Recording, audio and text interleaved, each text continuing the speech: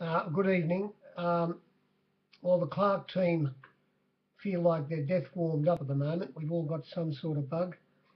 Um, so we'll see what happens here. Well, anything. I'm likely to say anything. Well, of course, the meeting was on today at Randwick. I had a little break there. There were a couple of meetings I never mentioned. We went back to the 10th of January at Gosford. The Gosford Cup Day. The track that day was good. The rail was normal. There was a very strong northeasterly blowing, and it was quite evident as the day went on. The leader in the first race, Green Bow, won after getting to the lead. But after that, as I say, it was quite evident that day at Gosford that the best section of the ground, although in race 4, Emblems, in the takeover target stakes, it did hold them out on the fence, and it won, just beating Dancers on Stars, who came from second last down the outside, the best section of the. So Emblem's win was a little bit better than it looked. Then we had Maya Amira, who went around today, come from last, and the next winner came from well back as well, Midsummer Sun, who went around today, and so on. It was quite evident as the day went on there at Gosford. It was a bit of an advantage to be off the fence.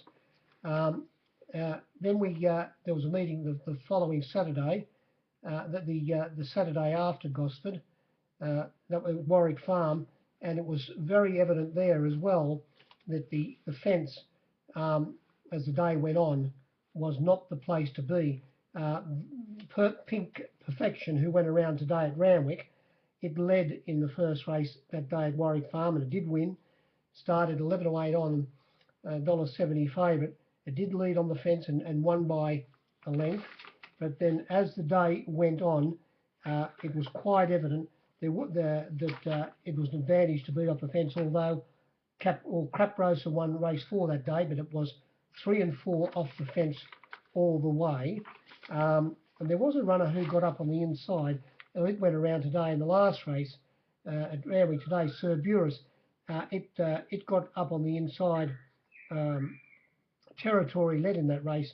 It was race 6 that day, and he got off the fence to nearly the middle of the track, and it went on the inside, Sir Burris. So its win that day, although it went fairly ordinarily today, its win was a bit better than looks. So I suppose that form mightn't be any good in that race. Race 7 that day, Diva Tur, who won again today at Randwick, it came sailing down the outside from 5th last position, the right section of the track, and it set outside the lead, Let's Rock and Roll, but they were well off the fence. So, as I say, it was an advantage to be off the fence at Warwick Farm that day. Then the Canterbury meeting on the Wednesday, it didn't play diabolically fence at Canterbury on the 15th. Going back to Warwick Farm, the track was good that day. The rail was normal. There was no wind. Canterbury on the 15th, track was good. Rail was normal. There was a nor'easter blowing, and you could most certainly lead and win on the fence. But there were plenty of runners. We'll take, for instance, the second winner, All Cerise, who was scratched today. It came from second last around the outside and won easy. Blah blah blah. It wasn't that day at Canterbury on the 15th a diabolical fence day like it was. We'll get to it in a minute. Last night at Canterbury. On the 22nd, we had the meeting at Kensington, and I think I might have mentioned this meeting to you already. It was most certainly, the track was dead, the rail was 5 metres out, and it was an advantage to be off the fence. Yes, at Kensington on the 22nd. The if you're off the pace, especially if the pace was quite solid, swoopers had a big advantage. There was one race where the leader led all the winner led all the way, and that was in that was in race 4. Straturbo, but he sat 4 off the fence. Getting up on the inside of him was hard to find in the worst section of the ground, only beaten ahead. So its run was a bit better than it looked. And then as the day went on, in the last race, I'm in the Money sat outside the lead, but got well off the fence after straightening. So we all saw at Kensington on the 22nd, it was an advantage to be off the fence. We had Wyong on Thursday. There was no bias. You could lead on the fence, say ground on the fence, or you could come down the outside. It was a fairly fair, it was a fair track. The track was dead, upgraded to good. The rail was 2 metres out from 1350 to the 210, which is a position they have it quite often there. And after the 210, there's a small cutaway, and the track played very fair at Wyong on Thursday. And then we came to last night at Canterbury, the night meeting, and it was an advantage to be on the fence at Canterbury. The first leader and favourite won. It led all the way. The next winner sat outside the lead, and so forth and so forth. It was an advantage to be near the fence and more or less on the pace, a little bit harder to come from behind until we got to the very last race last night, of course. And this was the runner that came from furthest back to win. We're talking about Hot Albert, ridden by the Pumper. He settled down. They rode this horse different when it won last start at Randwick on the Kensington track when Bowman was aboard, and the Pumper did the same last night. He just eased, he jumped out, let it stroll along. It was last on the fence. On his outside was Minkai, who had barrier 1 down the back, and turning for home, the Pumper eased off heels, sitting midfield with a good trail was Flying Bubbles. When they turned for home, it moved up and got past the leaders very easily. The judge was going to put number 5 in the frame, but the Pumper wound Hot Albert up and came down the outside and beat it by about a neck or a long head on the line. So it was the runner to come from furthest behind at Canterbury last night. But as I said, it was an advantage to be on the fence near the lead. Now, the race, we went to the Randwick meeting today. Track was dead, rail was normal, upgraded to good. There was a very strong wind from the southwest, blowing all day. It could have had an effect, in race 3, where we had, of course, Tamariz, the favourite, trained by Gay. I own the lead and get run down. In race 4, we had leading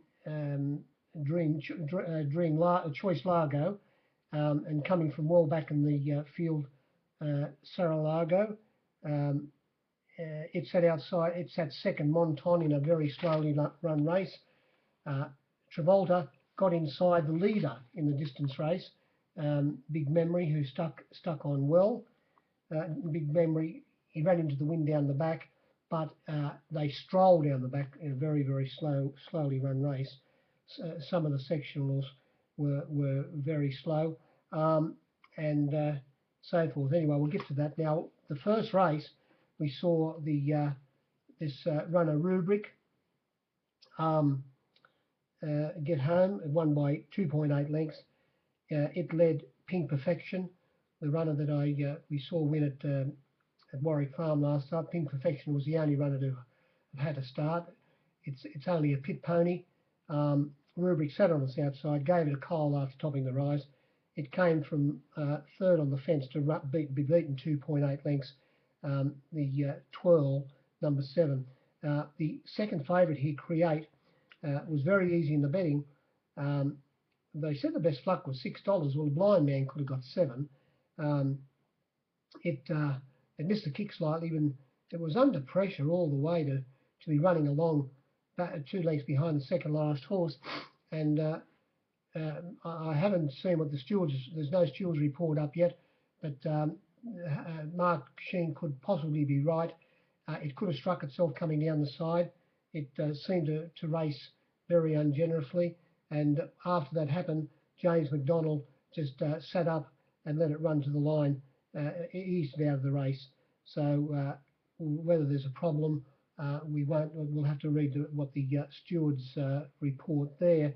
But Randwick, it was full bore to the post, a good win. In this race, they said on the screen there was 105.4, a little bit less than the marketplace, two less straight away for Create. As I said, there was a mile of 7. They said there was only $7, $6 was the best luck, but we let you lay the 11 to 4 on $1.35. We put it up $1.30, got out to $1.35, which was laid on. It started at $1.30, and it won like its price suggested. Race 2, on the screen, they said there was 102. There were 3 less in the marketplace, only about 99. And this was won by the favourite, Define. Got out in the market, put up 11 to 8 chance, got out to $2.70 towards the end of betting. It was a fairly slowly run race. It led Miss Alibi, so its run was most probably a bit disappointing because the pace that it set in front, it was entitled to have a better kick. Outside it was Aspen, who finished up running third, beaten 2.5 lengths, and 3 wide outside the pair was Mr. Jackman. But because they were running slow, you really couldn't penalise it for being wide.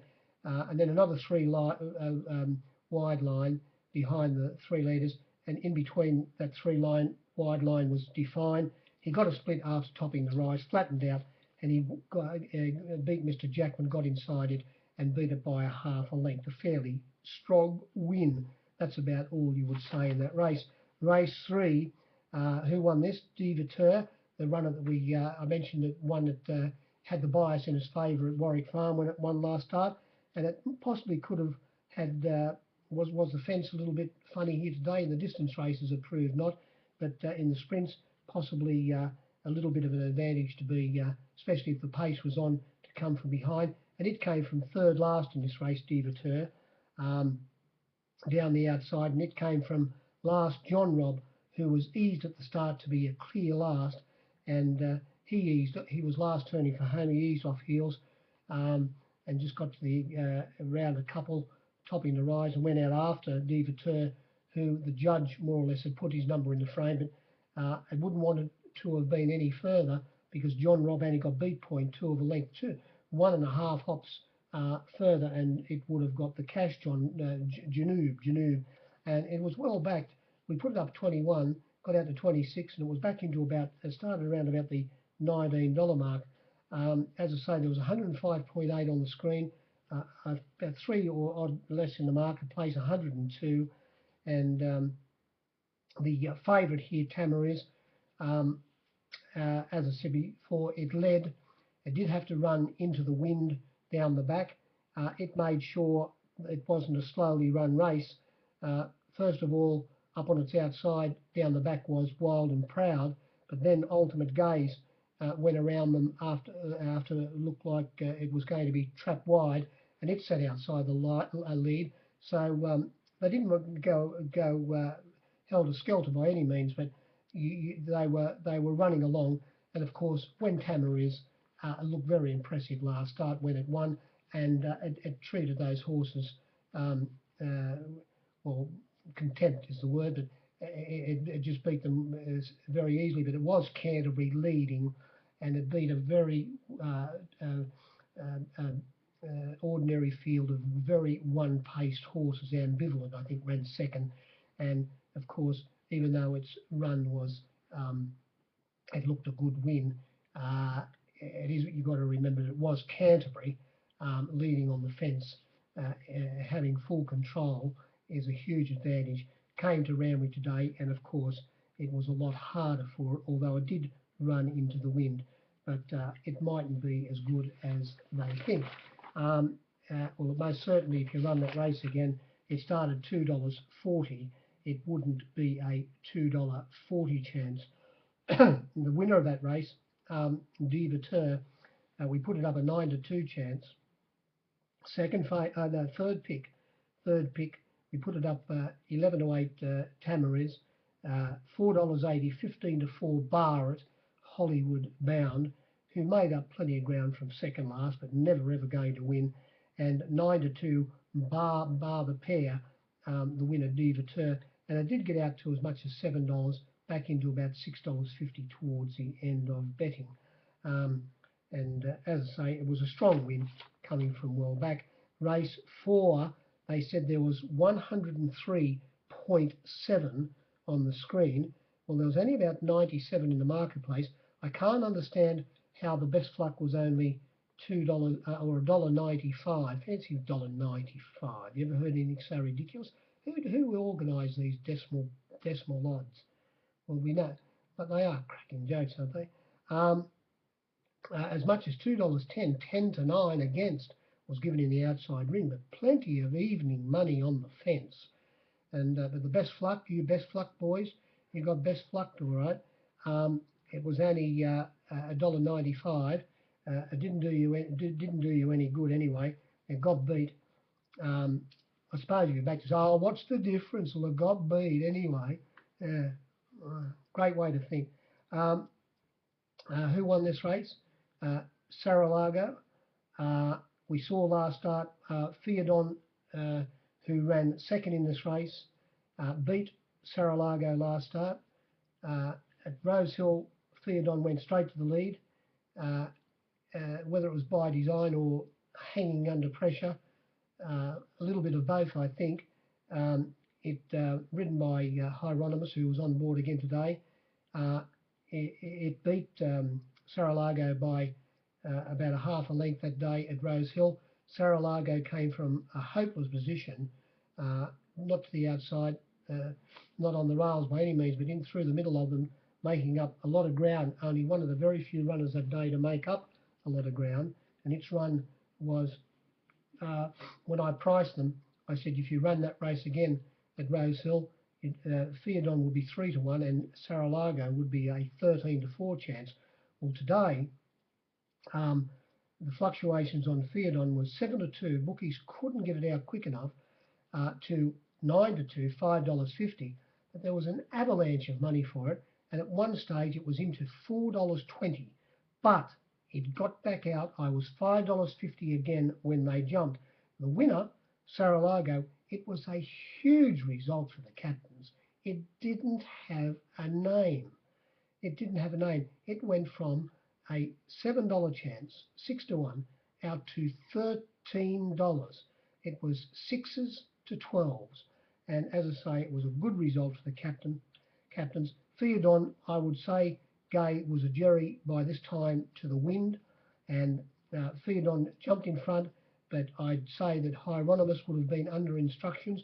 Don't you run into that wind. And he sat up and he let Choice Lager go around and lead him. Coming up and sitting on its outside was Casino Dancer. Theodon tucked away third on the fence, and on its outside was Marty Largo. The winner, at one stage, it was coming to the turn, last or second last on the fence. He eased off heels, topping the turning for home. When by the time they got to or a little bit after topping the rise, he was the widest runner, and it sailed down the outside and missed a kick slightly too, and it got the biscuits. After getting off heels, Theodon ran second, 0.2 of a length that was beaten, and the favourite in this race, Agadir, well, he Clever Karen, he got into an awkward position. Um, he was 3 back on the fence. He got he looked for a split after turning for home in between runners. Uh, that didn't happen for him, and he switched back to the inside, close to the fence. He was beaten 1 length. I suppose he might have been better being drawn wide. If he was, he would have been back in the field and coming down the outside like the winner did. Race 5, although the winner was back on the fence but got off easily. Race 5, they said there was 102.5 on the screen, only a little bit less, about 2 less in the marketplace, about 2 less in the marketplace, and this race was won by Monton. This was a mile race. The 2 leaders ran first and second, and the runner that was sitting third in this race, Kinnersley, it ran third. So first, second, and third filled the placings, and the horse that was running fourth all the way in this race, Queen's Elect, it ran fourth. So it was the way the race was run. It was very hard for the back markers to make up any ground. As the Honourable Aussie, as most thought, would go straight to the lead, it did, and Monton got up on its outside very, very easily, and just they raced in pairs, more or less, with Maya Mira, who hasn't any pace, settling in last position. And when they turned for home, or before the turn, the Honourable Aussie and Monton had got clear of Kinnersley, and after topping the rise, it was apparent that there wasn't the runners in the market, the other runners in the market, Sedcom and Eaglestein. There was no way in the wide world they were going to be able to catch them, and Monton was able to get past Honourable Aussie, beat it by 1.5 lengths. And as I say, Kinnersley, who was backed, $31.26. It was 1.7 lengths away in third position, and the runner that sat fourth in this race, Queen's Elect, it was beaten 2.4 lengths. So I suppose up near the lead in that race, the runners were flattered. Now, race 6, they said there was 100.6 on the screen, and that was about. Well, just let me have a quick look here. Yes, and that was about exactly the same as the Fluck Boys got the Fluck right here. The winner was the favourite, Travolta. It went straight to the lead, Big Memory, who was very easy in the betting. Would have been a great result for me, $7 out to $10. We put it up a 5-4 chance, Travolta, 5-4 the field, got out to $2.40, back into the 5-4, its opening quote, but got it back out to $2.50 at the end of betting. And as I say, Big Memory went to the lead. Nash looked at it all the way on Travolta. At one stage of the race, I'm Imposing, who was sitting back in third or fourth position, made a move coming down the side as I went out the back straight, and went up and sat out outside the leader. It dropped off fairly quickly. When you see the head-on view coming down the side, the leader, Big Memory, was always 2 off the fence, 2 off the fence, and Nash said, well, yes, all right. Just before the turn, he said there's a good bit of room inside you, so he took that position. They were, excuse me, when they topped the rise, they were more or less level. The Big Memory was still maybe a head or a neck in front of Travolta. It had a cosy run all the way, Brigatin. At one stage before the turn, it was just starting to run into the race. I must admit, I thought it would round them up, but it was beaten 3.1 lengths running third. And Travolta and Big Memory. Big Memory was had everything go its way when it won at Canterbury, but it was a solid run today. Whether it was Nash's vigour to get Travolta home, or the horse itself was just a little bit better. But he, as I say, got inside the Big Memory turning for home, level more or less up the rise, and outstayed him to the line to win by 0.1 of a length. The flux in that race, as I said, the winner started $2.40, and at one stage it was well back to 2.40 into 2, back into 5 to 4, got back out. Race 7. Now this winner here, Champagne Calf, it led all the way. It went straight to the lead. First of all, on the screen they said there was 104.3. There was only about 99 in the marketplace.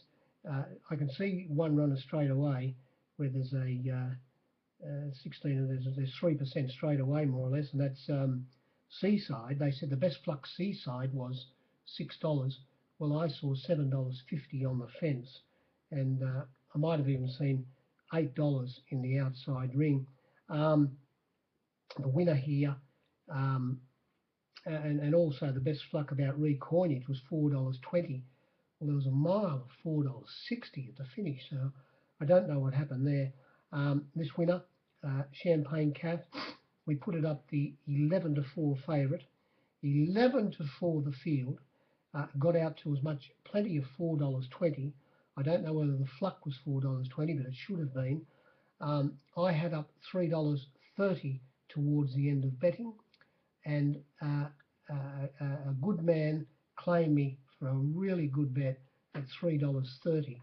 I couldn't believe they were taking, they took the $3.30 off me at the finish, but I did have to wind the $3.30 off. It only started $3.20, and as I say, it led, ridden by Jay Ford, who was on it in its barrier trials, trained by Waller. It led, and he got away from the fence, sort of turning for home. It was travelling sweetly, topping the rise.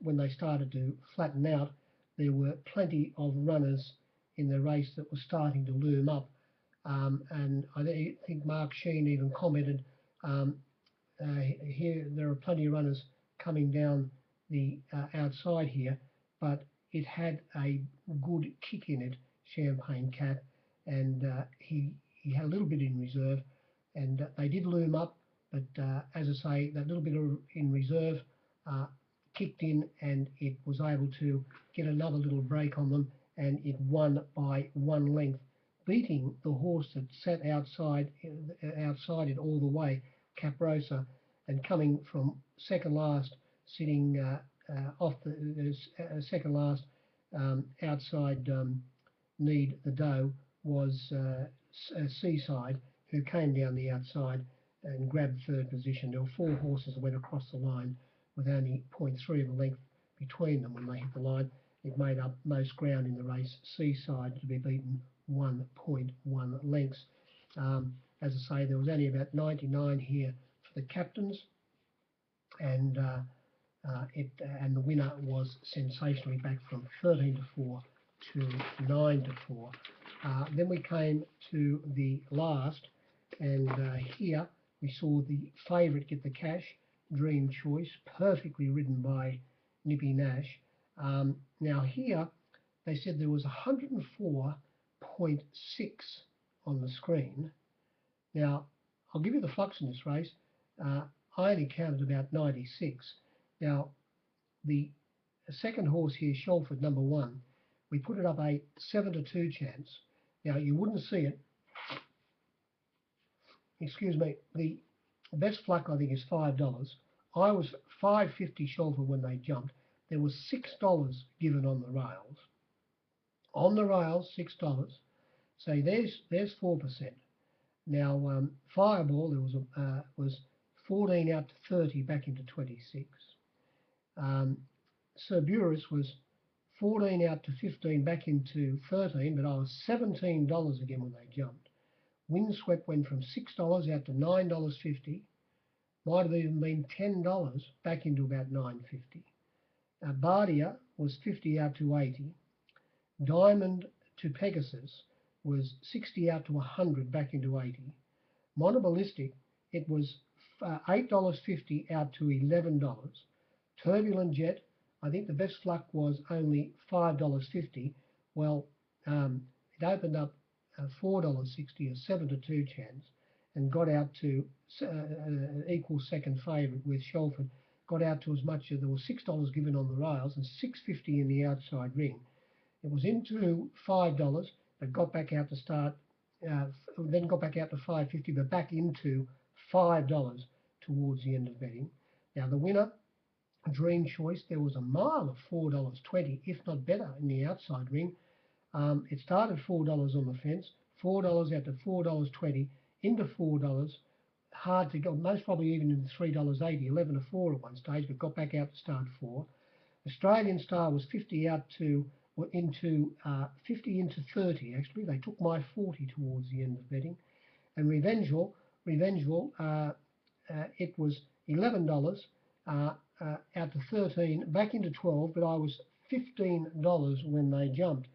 Now it went straight to the lead. Shelford didn't have the control, and being tied up against the fence wasn't really suiting this horse. It would have been a better advantage drawing wide. If he did draw wide in this race, there were 12 runners. I'd say if it had the outside alley, Fireball might have even gone through and led from barrier 1. He could have been on its outside, and there's a good chance it would have got the cash, but he did run along fairly quickly, Shelford, with the 2 kilo boy on Luke Grace, and it ran second beat in the length. It was a blanket finish for the second, third and fourth positions, but sitting in 5th position off the fence was the winner, Dream Choice. And once they flattened out, topping the rise, Nash timed his run to perfection. It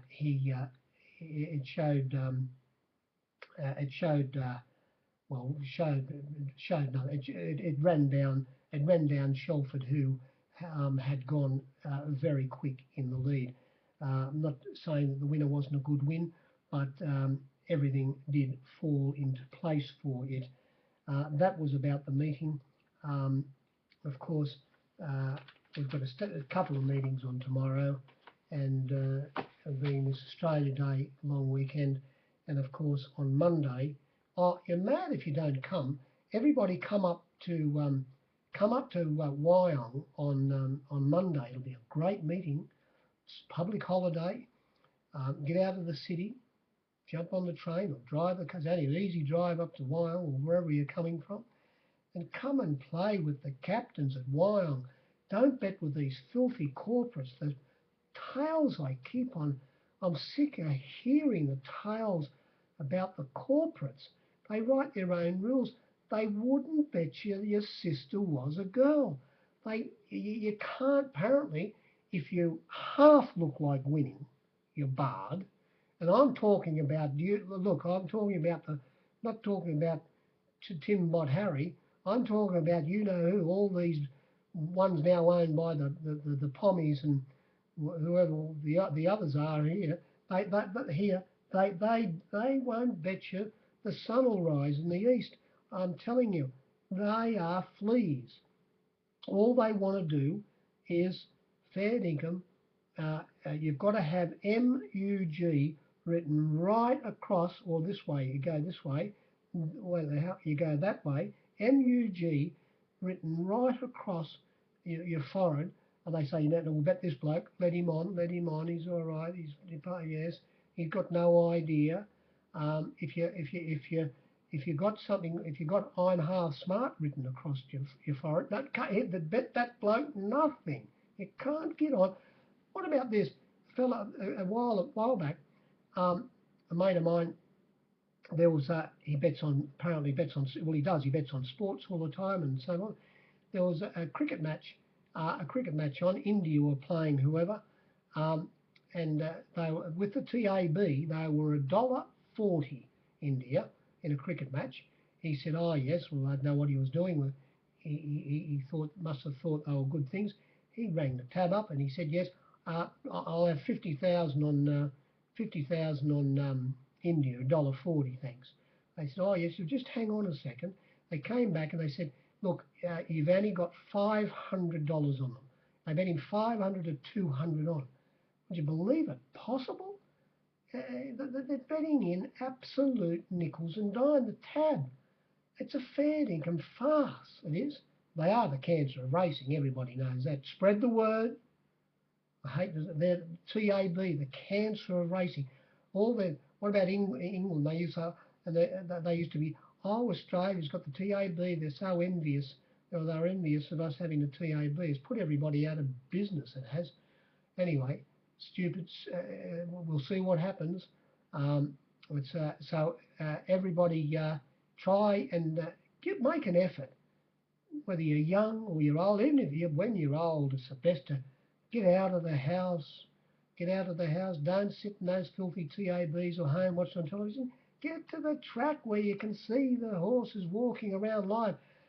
People actually. What about the people? They look at them on the television. They say, "Oh, this one looks nice on the television. It's got a no." And the blokes who are telling them what they look like, they don't know whether they're looking at horses or sheep. It's a fair dinkum joke, it is. You've got to come and look at them yourself. Get to the track. The captains are giving section away. Good evening.